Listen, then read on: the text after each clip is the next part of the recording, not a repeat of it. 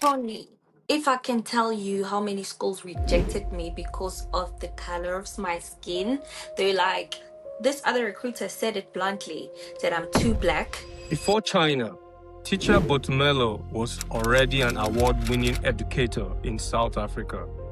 But behind the applause was a reality almost nobody could see. Yes, I got the award. People are clapping for me. But financially, I was struggling, bruh. And I think that is also one of the reasons why I left, because I was drowning in debt. Everyone was excited. You know how Africans are. They were spreading, the news. And now I was a laughing stock. That, what happened to you? Hey, teacher abroad. And everyone was now calling me the teacher abroad. So, the next time the opportunity came, she told almost nobody. Didn't know what I was doing, had doubts. Part of me wanted to go back. Sometimes we sleep in the house without locking the door, and nobody thinks about, people barging in or anything like that. I can leave my phone literally by the door. Nobody's going to touch it.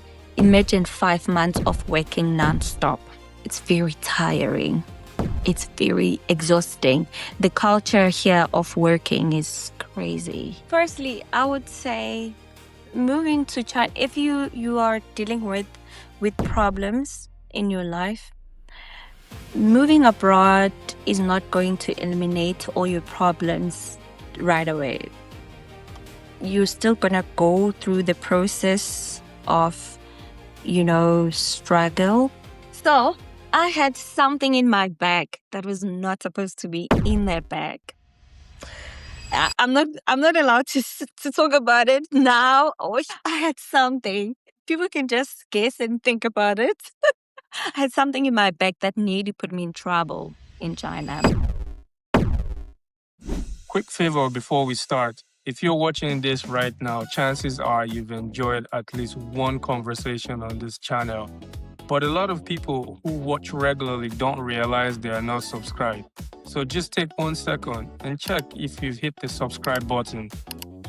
It's completely free, but it helps this podcast grow. It helps me bring better stories and reach more people navigating life across borders. If this show has ever made you feel seen or understood, subscribing is your one way of being a part of this journey. And thank you for being here. Thank you for supporting. And now, let's get into the episode. Boitumelo, welcome to Two Continents, One Mic. Thank you. Thank you for having me, Tony. My greatest pleasure to be here. I appreciate you for definitely stopping by. Sure. I want to begin before Beijing, right? Before teaching abroad, before people knew who teacher Boitumelo is. When you say from the dusty cities of Duduza to the world, what picture comes to your mind? Man, the first thing, well, I am from Duduza, the dusty streets, right? I was raised by my mom, who was a single parent, 6 different kids. I have 6 siblings, and we are all from different fathers. So you can imagine that kind of a family where there's no one who has made it in life. And I think the first thing that comes to my mind is my upbringing.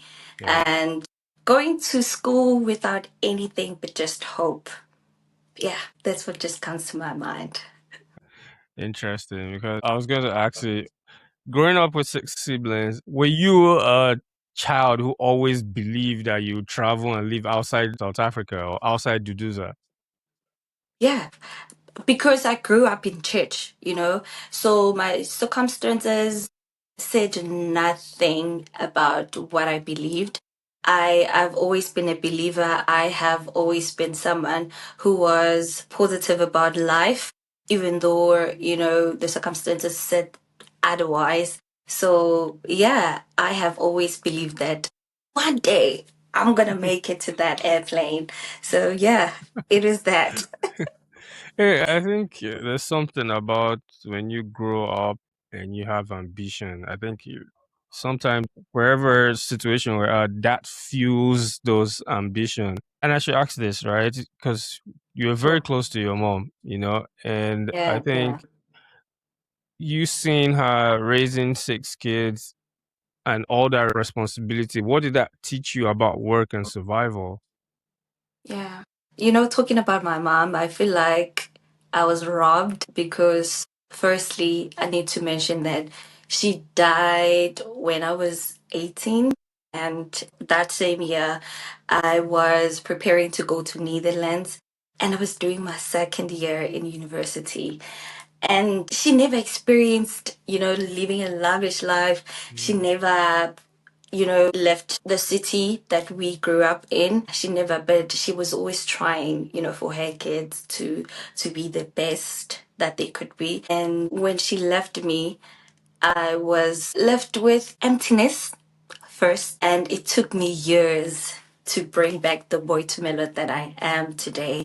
And I just give all the praises to God. Yeah. I don't know how it happened.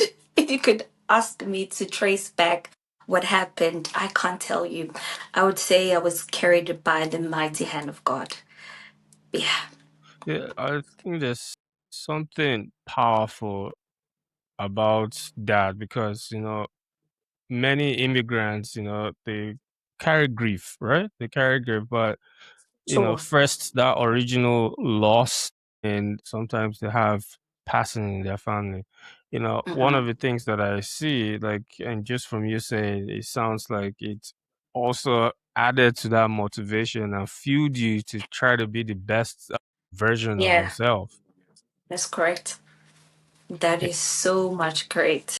Because a lot of people also in Duduza, Duduza is known for one, there's a high crime rate. Okay. Secondly, a high pregnancy rate. So if especially when I mention on TikTok where I mostly post some of my content, people are so shocked when I tell them that I'm from Duduza. They're like, Duduza, like they don't expect anyone big or anyone who could, be amazing from Duduza. So yeah. Before your international teaching career, you were already teaching while you were at the Yes. university, yeah?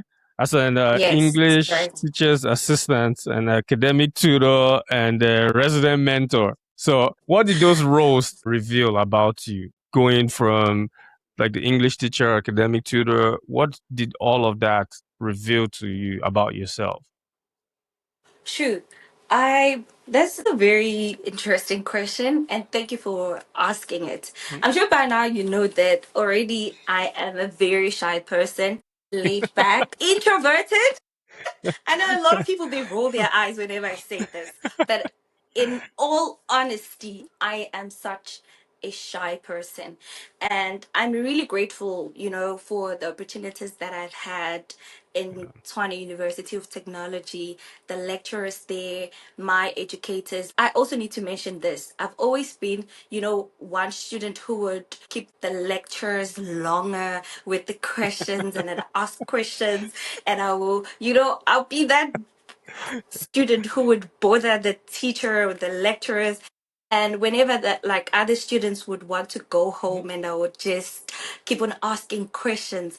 And that really made me to be someone who's more, expressive. I learned how to be someone who's more opinionated. Now I can at least stand in front of people and, Yeah. express myself. But let's go back to the initial statement I made. I am a very shy person, but I'm fighting it through education, of course, and the experience that I'm getting, So, I think yeah. this takes me back to when I asked you about from Duduza, how if you saw yourself outside of Duduza. In 2015, you joined the student exchange program between, I think, Yes. Shana University and Fontes in Netherlands. Was that the Yes. first time that you saw that dream of leaving Duduza a reality for you? Well, yeah, now you're taking me back again. And I love it, Tony. I love it for real. When we had the student exchange program in Tshwane University, at the time, remember I told you that I had just lost my mom. Yeah. No motivation at all. I was at my lowest. And then the opportunity came, and one of my lecturers was that, Boitumelo, you've got this, please go and represent South Africa in Netherlands. And yeah, I took the leap of faith and I applied. And we had to obviously go through the process of interviews. They had to get to know us. And also, I think the fact that I was a hard worker from Yeah. university, it played a huge role because they were also looking at our performance in terms of academics. Hmm. And yeah, man. Then when we got to Netherlands, oh my God, it was a totally different world. The language, the infrastructure, the people, everything was totally different. But a part of me was like, I belong to the world. I need to come back here. I cannot stay Yeah. in South Africa forever. I'm not gonna die in South Africa. Okay. So yeah, that's when my love for, teaching abroad started because I also felt like there's more than, the dusty streets that we see in this Yeah. world. Yeah. In thinking about it now, I'm curious to see 2015, 2017. That's when you started your formal classroom, English, social science, Yes. across different age groups. What kind of teacher were you at that time, at that beginning? That's like Hmm. almost 10 years now. So back then, what kind of teacher were you compared to like Oh now? my word. My God, you're gonna make me cry with these questions. Firstly, I I am still in touch with the kids that I taught in 2017. Well, I still have their WhatsApp numbers. some of them should I be was like that in teacher. college by now. Exactly. Some of them Wow. are working. One of my student who was my top student then, he graduated in April and I've been taking care of him. I'm just a proud mom.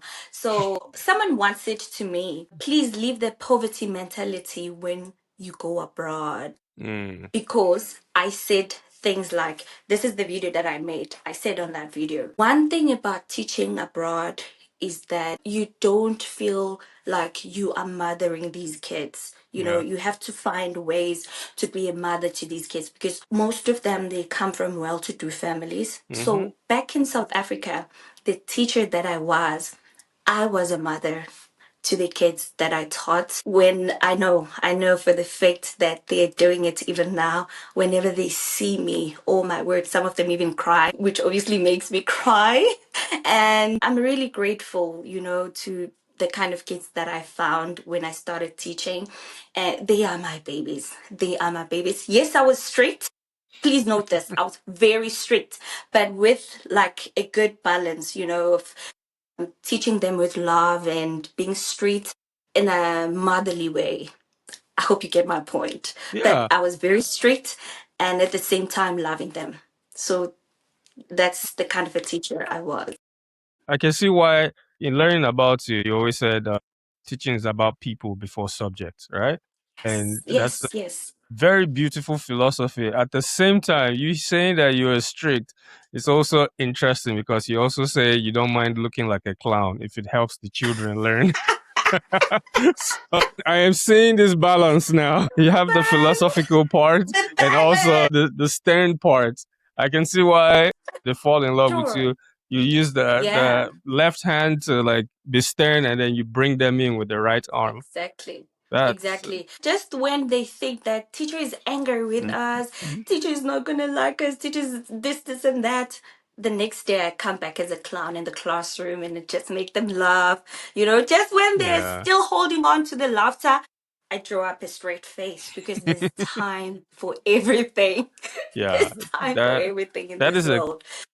one of my biggest quotes like in life. I always say that like there's Yeah. time for everything. Like Yeah. I think Yeah.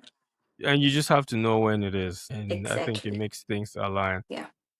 Which is gonna segue into the time for this congratulations, because in 2022 you received like a recognition for excellence in Let's primary clock school it. teaching. Placing you third at the provincial level. So definitely, so Yes. I want to Yeah. know. Talk to me in that It's a moment. big deal. What did it mean to you? Yo, that's a big deal, bruh. Mm-hmm. That was my biggest highlight of being the teacher that I am, because I know there are plenty of people, especially these days, they go into the profession because of one, opportunities, Yeah. two, because of money. But I went into teaching in the field because I love teaching. I love standing in front of people. I love, educating people. I love kids. They bring out the best in me. And that very moment when I was called by the MEC and they gave me that award, it really validated the fact that I am on the right track. Yeah. God is still with me, and I am doing the right thing to these kids. Because teachers are never appreciated, to tell you the truth. Even in South Africa, we're not appreciated. It's the most disrespected profession. But that moment, not that I needed some validation, but someone, you really do need some motivation and stuff.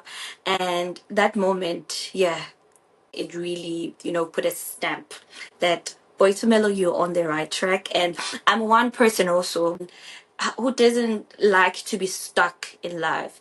I Mhm. spend 5 years in a field or in something, if that's the time I usually give myself. And then after 5 years, I feel like I'm stuck. I move on to the next one. But with teaching, obviously, there's growth, and that was my turning point for me. But Yes. after getting a very unique award, you left. So, Yeah. and that fascinates me because many people relocate because they feel like they have failed at home. Your Mhm. story is almost the opposite. You were thriving at home and you had Yeah. evidence that you were succeeding. So, what was missing? Let's go there. It's not exactly thriving at home. The award, yes, it validated the fact that Mm-hmm. Boitumelo, you're putting in the effort and we see you. Boitumelo, you love your kids and we see you keep on pushing and stuff. But the problem was a financial one.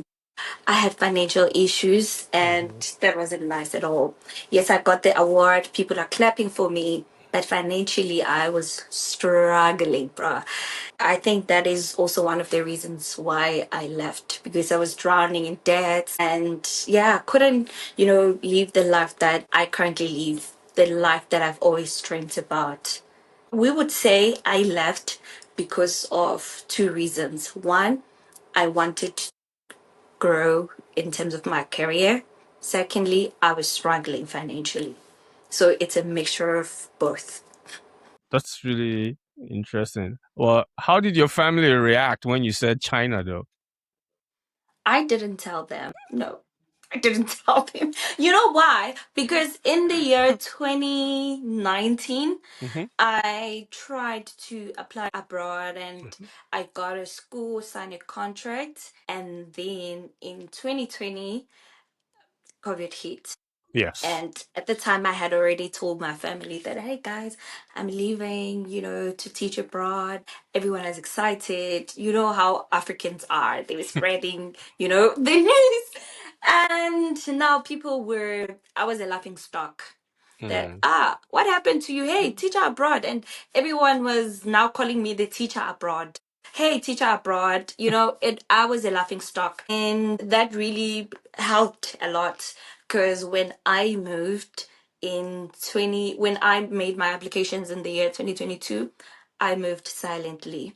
And here we are now. Okay. And well, some of them, they didn't like the fact that I was coming to China. They were like, you're gonna die in China. What if you die? What if you? They are my family, which is understandable. But the truth is, if my time comes, I'm still gonna die in South Africa. So yeah, like you said, it's a win or lose kind of a situation. So yeah, I like they were that not mindset. happy at all. I like Yeah, that mindset. It's like like I'm gonna bite the bullet and I'm going to do it. And that's the thing. It's what differentiates yeah. you from.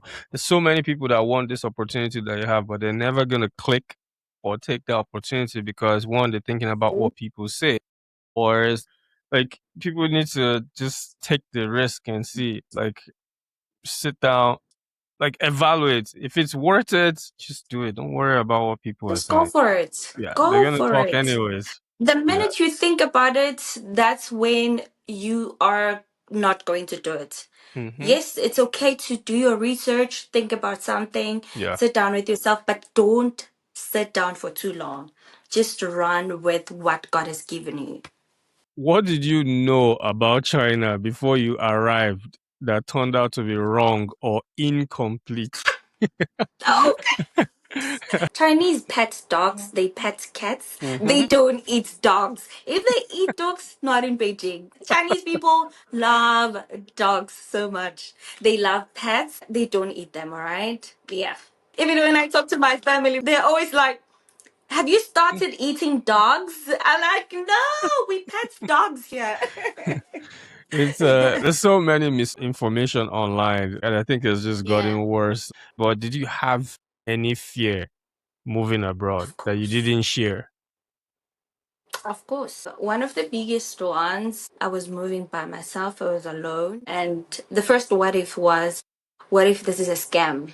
Another one was, I was always worried about what the future will look like because now I'm transitioning from what I'm used to and I'm going to a totally different country where I don't know even a single person. Yeah. So that obviously will cause a lot of fears and doubts. So those were my biggest fears.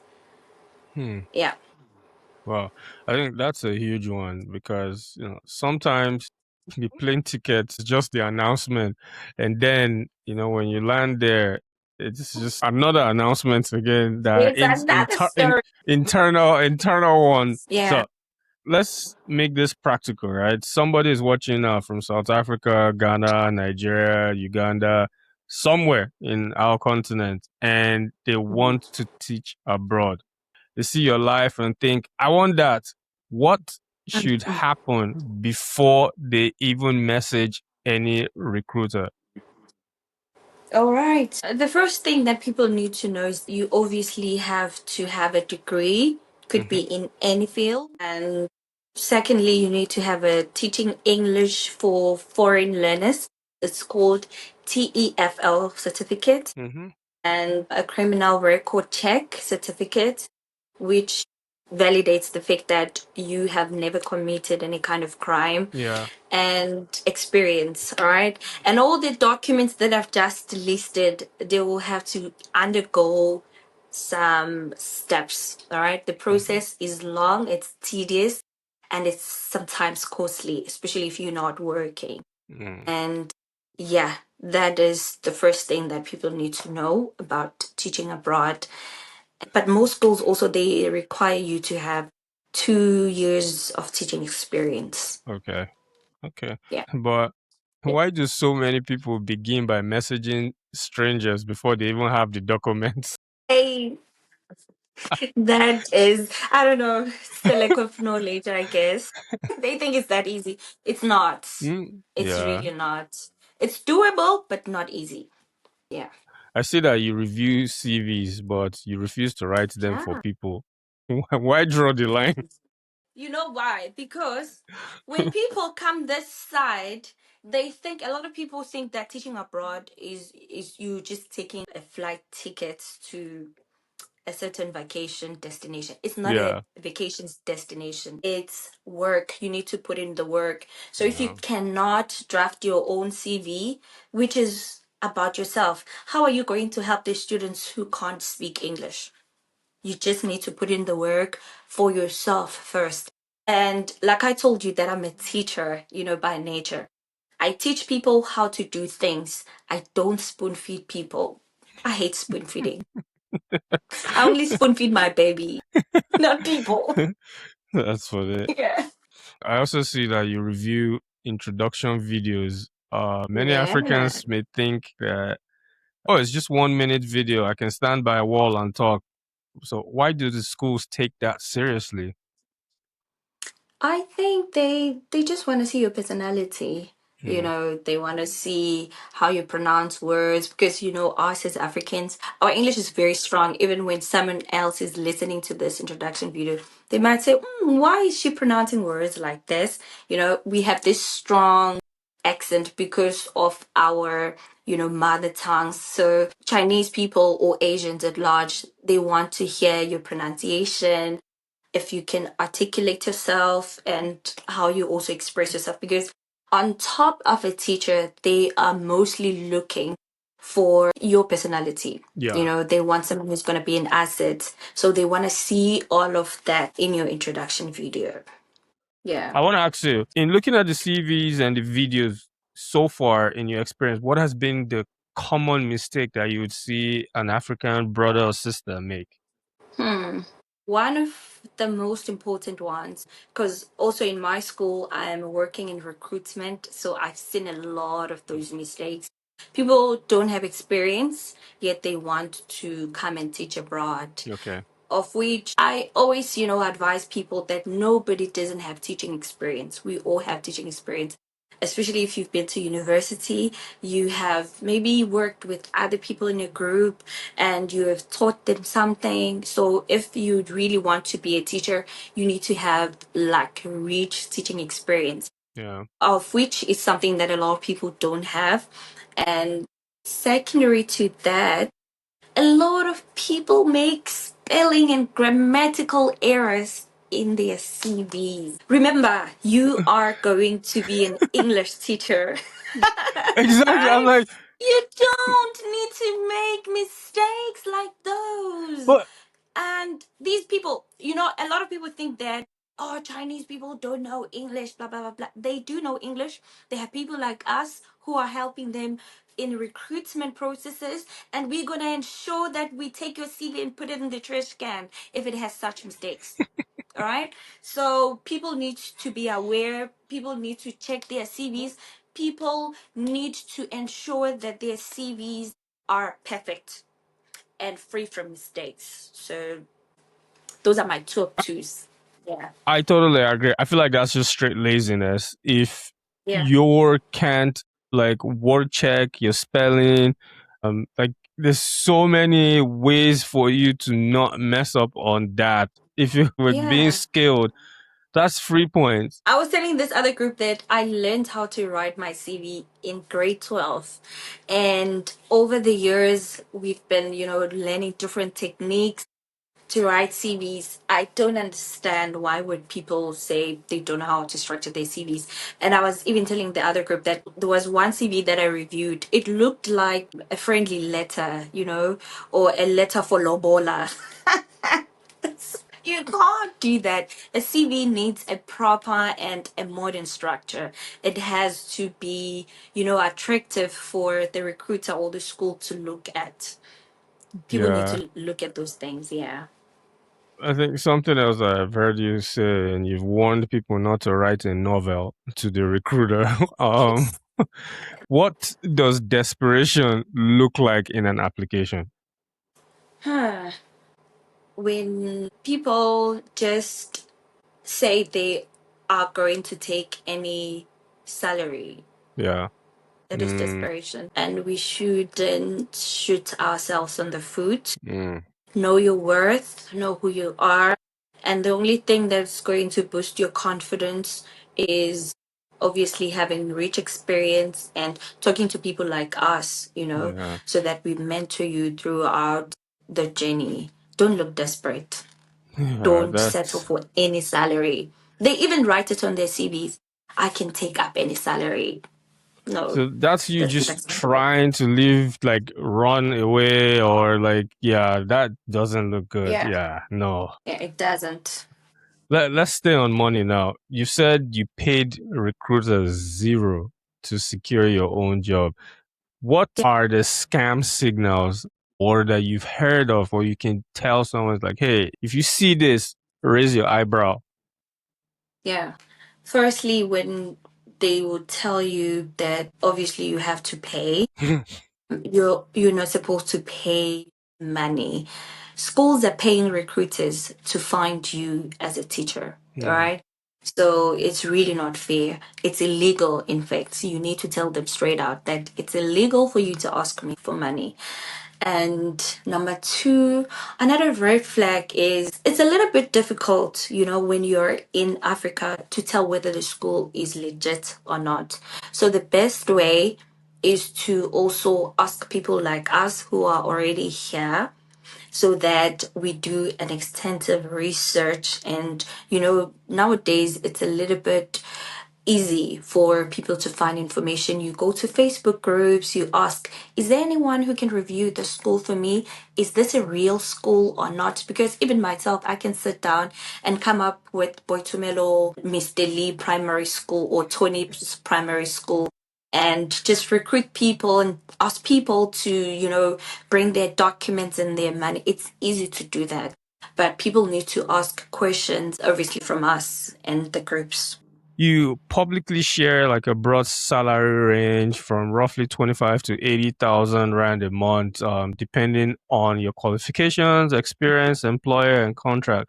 Why is quoting one salary misleading? One, your experience counts. Yeah. Two, your educational background counts. Number three, your nationality counts. So also it depends on the kind of school that you go to. Because in China we have 5 different kinds of schools you can apply in. There's kindergartens, there's public schools, there's bilingual schools, there's international schools, and we also have universities. So all these kinds of institutions, they pay different salaries. They have different benefits and they require different kinds of teachers. That Uh, is where the difference is. I'm glad that you said that because you said something that I was going to go into, something you've spoken about. And there's nationality and passport restrictions within the English teaching market. How Yeah. should an applicant handle that reality without allowing it to destroy their confidence? I guess it's you just go with the flow. There's no best way to answer that word because the reality about being black is that I'm saying this because of what is currently happening in China Yeah, nowadays. Some of the posts they mentioned that black people or Africans will be paid this amount of money. They want white people and stuff. There's too much politics, but you just go with the flow. Choose the school that chooses you. Any school that sees a value in you, just go with that school. yeah, Yeah. because I don't want it to deter someone that has that love and passion for teaching abroad, Yeah. because you Yeah. hear these things and it's like, oh, they don't want me there, but sometimes it's not always the Tony, reality. if I can tell you how many schools rejected me because of the color of my skin, they're like, this other recruiter said it bluntly, said I'm too black. And when I look at myself, I'm like, am I really that? I've been- I was told that I'm too black. I've been told several times that I have a terrible accent. I've been told several times that my hair doesn't look the part because sometimes I do rock up my natural hair. Mhm. So all these things they will obviously, Yeah, play a role in how you view yourself, but you need to be confident in who you are and know what you're worth. yeah. Yeah. I think I wanted to ask you, how did that teach you about patience, right? Because Yeah. all that rejection and you kept on going. Like, It does get to me at times, and it did at some point, I was like, I'm gonna pack my bags and just go back home because there I was respected. People at home, they value me, they value my English, and why this now? But I chose the school that decided to value my worth. Yeah. okay, that's good. So, take me to your first day in Beijing when Oh, you've just landed. How many hours was your flight? How many hours? clearly remember, but I think it was 18, if I'm 8. not mistaken. 18 hours. Yeah. We had a 2 hour layover in Dubai. Mm. Yeah, so it was 18 hours altogether.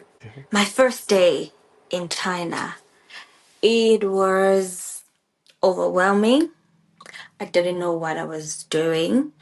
And the first thing that you will find when you arrive in China, firstly, the smell is different. It's the first thing that will tell you that you are indeed not at home, bruh. And I felt it with everything in me. The language. Oh my word. I felt like, are these people for real? Are they really speaking? Nobody at the time, especially in the airport, nobody was speaking even, broken English. So I had to heavily rely on my phone. It was so much overwhelming because China is overcrowded. I was overwhelmed. I didn't know what I was doing. I had doubts. Part of me wanted to go back. But yeah, we Yeah. kept moving. Yeah. I've never been to a country where at the airport or like it was hard to see someone that spoke English, right? So I can Yeah. only imagine that feeling where you're just like, oh my God, I have to Mm, bring my translator out and just everyone you have to like show them what you're saying. exactly. That would be a lot. Yeah, it was a lot. So I had something in my bag that was not supposed to be in their bag. The security guards, they tried to search because it kept on, sending a signal Yeah, that there's something in the bag. And, I was searched and it was my first time having to go through those scans. Went yeah. to this other booth, they searched me. So also I think safety in China is, the number one priority for its people Mm-hmm. because when there's something that signals that this is not allowed here, they will ensure that they thoroughly check. And I was Yeah. thoroughly checked. Yeah, by God's grace, we're here. I think that's one of the biggest things I always hear about China, safety. Like it is absolutely Safety. like safe. You've talked about how Yes. you've gone on a weekend and left packages outside and you came back and you still met them. Sure. Yeah, sometimes we sleep in the house without locking the door, and nobody thinks about, people barging in or anything like that. I can leave my phone literally by the door. Nobody's going to touch it. Nobody. It's like Because there's surveillance everywhere. everywhere. That's interesting. Yeah. I mean, I think some people are on the fence about that, but I don't mind. I'm not doing anything, so you can Yes. watch me as much as you want. Because China has like different weathers. What did you underestimate about the weather in China? Hmm. I didn't know that it's hot in China. You see, even now, the AC is on in every single room. It's oven hot. And Chinese people believe that Africa is hotter than China. For real, here it's oven hot to a point that even when you go Yeah, under the tree for shade, you're not gonna feel any kind of breeze. The really. weather is crazy. Everything, yeah, everything is just extreme in China. When it's cold, it's extremely cold. When it's hot, it's oven hot, like you melt like a chocolate. So it's really not my favorite. That's one of my least favorite things Things. about, living here. Yeah. That's a question that I wanted to ask you. For Mhm. teaching, did you have to change your teaching methods from South Africa to China, or did you keep the same style of teaching when you moved? Well, when you are a teacher, especially a trained one, Hmm. you can always be flexible, Okay. There's and also with the help of the TEFL certificates that I did, I had to learn how to, because in South Africa, firstly, I need to mention that I was teaching grade 6 and grade 7 students. And when I came here, I was given a choice to either go and teach in high school or teach, the foundation phase, which is grade 1, 2, and 3. And I chose the foundation phase. And I had, for real, had to, change the teaching method. Yeah. Firstly, because these are students who have nothing at all, like zero English. Most of them have zero English level and their level is very low. And I had to change. I had to think of ways to make them talk. Unlike in South Africa, I was teaching social sciences, yes, English, but the English, they understand English, they're Yeah. native speakers. Yeah. And with these ones, now I had to learn a new language, try to code switch here and there, use a lot of TPR, where I have to demonstrate things. When I'm trying to say a book, I have to hold it. This is a book. Okay, let's go. I have to stand up and Wow. go. So there's a lot of demonstrations when you are teaching this side. That's awesome. Yeah. Yeah, I think a typical day for you would be very interesting. Just going through the day and saying, I can Right. see that. Yeah. Yeah. I know one of the things you do a lot of fitness videos also. So there's a Yeah. running club you jokingly call, I think, Ting Dong Running Club. Yeah, you even know the name. the I do not understand running club. This guy. So tell me about that. Like, what is Guess going on what? there? What? The word Timbu dog, it simply means I don't understand. I don't understand. Because I work in a Korean school. Yeah. Yes, we're based in China, but it's a Korean international school, right? Uh-huh. So a lot of Korean that I work with, they're also foreigners here in China, Yeah. unless obviously they're married to Chinese people. So most of them are also foreigners. So they came up with the name Timbudong because they also, some of them don't understand the Chinese language. And that is my community, man. I feel loved. I feel welcomed. I am at home when I'm with, that group. And also, I'm someone who's struggling with weight.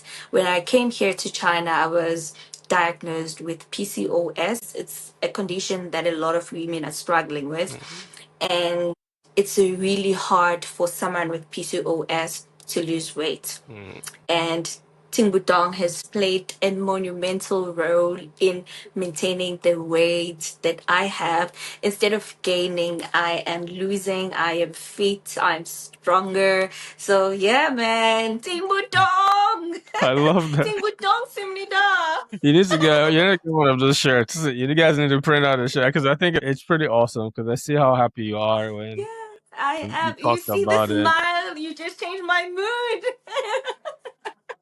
Uh-huh. mood. That's really good. So, a Korean school in China, how do you build genuine cross-cultural friendships without forcing it? Because a lot of the Korean colleagues that you have, you guys all run together. So how was that like in building that cross-cultural friendships? I would say I'm very lucky that the people that I work with, firstly, they're Christians Mm-hmm. and we have at least something common that we can talk about, which is Christ. Yeah. Secondly, we are all, teachers. We always have kids to talk about, Yeah. education to talk about, lessons that we can develop together. It's not a forced relationship Relationship. that we have. Yeah, everything is just easy. They just make life easy for me. And the fact that they're also genuine people, that's the whole reason why I love them. Yeah. I like that. I Mm. think when you move to a new country, one of the biggest things that I feel like people experience, other than assimilating into the culture, is loneliness. And I think it's important that you build those connections, kind of like Yeah, you're building a new family. And exactly. it's with the right people. So Yeah. that's why I wanted to ask that because someone sitting at home is like, how am I going to survive? I'm going to be the only one there, but you will meet people. You just have to choose Yeah, the right ones. Hmm. exactly. There are nice people. As much as there are mean and rude people who don't want to associate with blacks, there's also like a group of people whom you would fall in love with and whom you are going to build, strong connections. And yeah, it's possible. Yeah, I want you to explain this. This is a little bit emotional one, but you once Don't make me said, cry. no, no, no, no, no, no, no. Okay. This one, it's actually funny because one time I was watching your clip and you're like, I am tired in ways sleep can't fix. Bang. So I want you to tell me what kind of tiredness was that? Imagine 5 months of working nonstop, having to, do videos for the parents because one other thing about parents here is that they are overly involved in their kids' education. And you always have to prove yourself to the parent, especially if you're working for an international school. You always have to be on your toes. As a native speaker of English, you need to, in most schools, you are creating your own resources that you are going to use as materials in your class. So it's very tiring. It's Yeah. very exhausting. The culture here of working is crazy. I've heard Chinese that. people are hard workers. It's tiring. Yeah. uh, Do you feel like living in China has deepened your faith or complicated it? I think it has deepened my faith because, except for my partner and my son, Mm-hmm. uh, even before they came, there's nothing that I can rely on except for God and prayer. It Yeah. has definitely deepened my faith. Yeah. When you went back home and attending church with your best friend after a long time away, what did that feel like? Because you spoke about that, and I felt like it meant something to you. What was that feeling? The feeling of just entering church and hearing music in isiZulu, Mm, in isiXhosa, your native language, and the language you're familiar with, people praising God in the way you grew up in, the entire service, I was crying. mm, I was crying because here it's totally different, you know. There's a church that I used to go to, and then I later realized that we don't have, like, we're not in the same line. yeah. Yes, we all believe in God, but I hope you get my point. We're not on the Yes. same line, Yeah. right? And because we also have different kinds of Christianity, some believe True. in whatever and whatever, Mm. but I was not believing in what they believed in my church here in China. And it's different people from different parts of the world together. Sometimes they don't even sing the song that touched me, you know. So when I This went to that church, well, bruh, I ah, can imagine. I know there's that. It's like the Holy Spirit is flowing through you. You know, when you hear this song in your own language, all that emotion, everything you can feel yeah, it. So I totally true. understand what you're saying. Yeah, Does that just that was my favorite day. I really loved it. okay? I really enjoyed it. I hope you call your best friend now when you're done with this podcast. Let's talk a little bit about family, right? You land South Africa. What is the first thing that your body notices? When you went to China the first time, it was the smell. But when you're back home, what is the first thing your body adjusts to back in Africa when you The vibe. Hey, the vibe. Please take me back. The vibe. South Africa has a different vibe. like Oh the my word. Immediately when I landed, the people, oh my God, the people are so genuine in South Africa. The smiles, yes. hey, Sawubona. The hugs are I real. But here, Chinese are very calm. mm-hmm. And I feel like their calmness is also, they're transferring it to me, and I don't like it. I really don't like it. They're very calm. Even when disciplining their kids, they're like, oh no, don't do that. They don't shout. So in South Mm, Africa, there's noise. I love the noise. I love the vibe. I love the like, South Africans are full of life. And that's the first thing that would just make me to be like, I'm home. I'm finally home. You know, the drivers are always making noise, the yeah. hooting, you know, all of that, the vibe. It's totally different from what we experience here. Your platform, now you help a lot of people Yeah. with pretty much get teaching jobs abroad. Uh, Yeah. you say you're not HR, you cannot employ I'm them, not. I'm a teacher myself.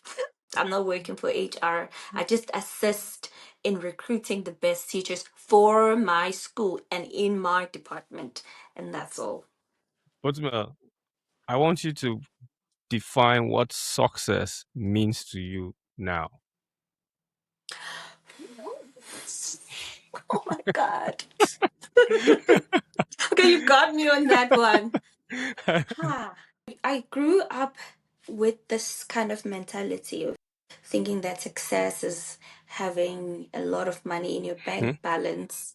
It's about, living lavishly, going to vacation whenever you want. But for me, I feel like success is moving from point A to point B. That is success. When I look at the Boitumelo that I was 10 years ago when I started teaching, I can confidently say that I am successful because not looking at the material things, but looking at the growth that I now have, the kind of the impact that I've had in other people's lives. That is success. The hands I have helped, to raise and the people that I've touched. Success is all about impacting people's lives positively. Like, what do you want the person watching from a difficult situation now in Africa to understand? Someone who thinks relocation will rescue them from every problem. What do you want them to understand? If you are dealing with problems in your life, moving abroad is not going to eliminate all your problems right away. People should, get ready to face challenges too, even when they come abroad. Yeah. Thank you. So this is where I want to close our deep conversations. But Mel is about to teach me something in one of the beautiful languages in South Africa. So I just want to teach you something different that I know a lot of people don't even know. So I'm going to teach you how to finger spell your name. Okay. Right? Let's do it. So your name is Tony. Yes. Right? So this is T. Can you do this? No, your thumb here. Oh. T. Mm-hmm. T. Mm-hmm. O, a 0. N, 2 fingers. Oh. Can I see? Sure, yeah. And Y. Oh. Let me do it. T. Ha! Tony, great job! Say, Don't ever sign forget it, me right? up. I'm gonna do it one more time. So you say it. Okay. So let's see. T. Oh. Mm-hmm. Amazing! 10 points for Tony! Okay.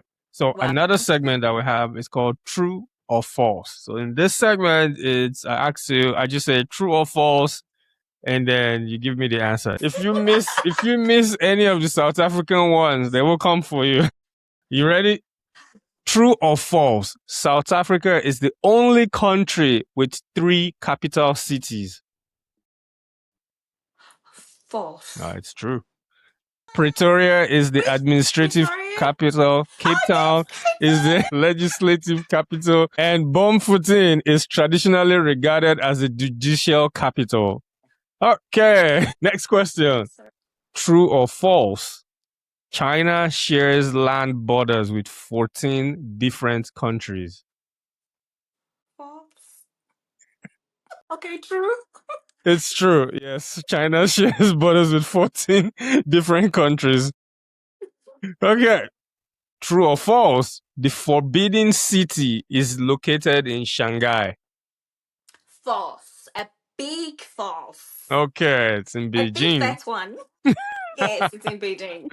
Okay. That I know. True or false? South Africa is the only country in the world that has hosted the soccer, cricket, and rugby World Cups. I'm so not into sport, but let's go to false. True. South Africa is the only country.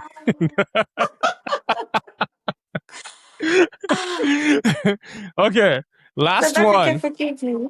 Last one. You can't miss this one. Okay, you ready? True or false?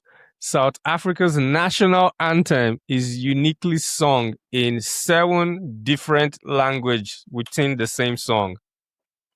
That's a lie. It's a big fat false. That is not correct. It is 5 languages in one song. Yeah. Now that you got the last question, what can China learn from South Africans? The fact that adults should be adults and kids should be kids. Because I remember in the subway when my child was still attending a kindergarten, old people would stand up for my son in the subway, like grannies walking with, like, who could, barely stand up. They would stand up and give a seat to my son. Whereas in South Africa, it's the other way around.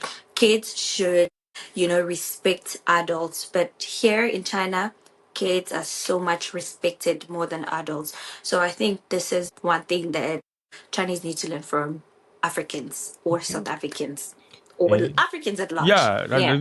that is Africans at all over large. Africa. Who is standing up for Exactly. you? If you don't stand up, someone, even it might not even be your parents, someone will press something on your head. Get up. Exactly. Okay, so the other way around now. What can South Africa learn from the Chinese?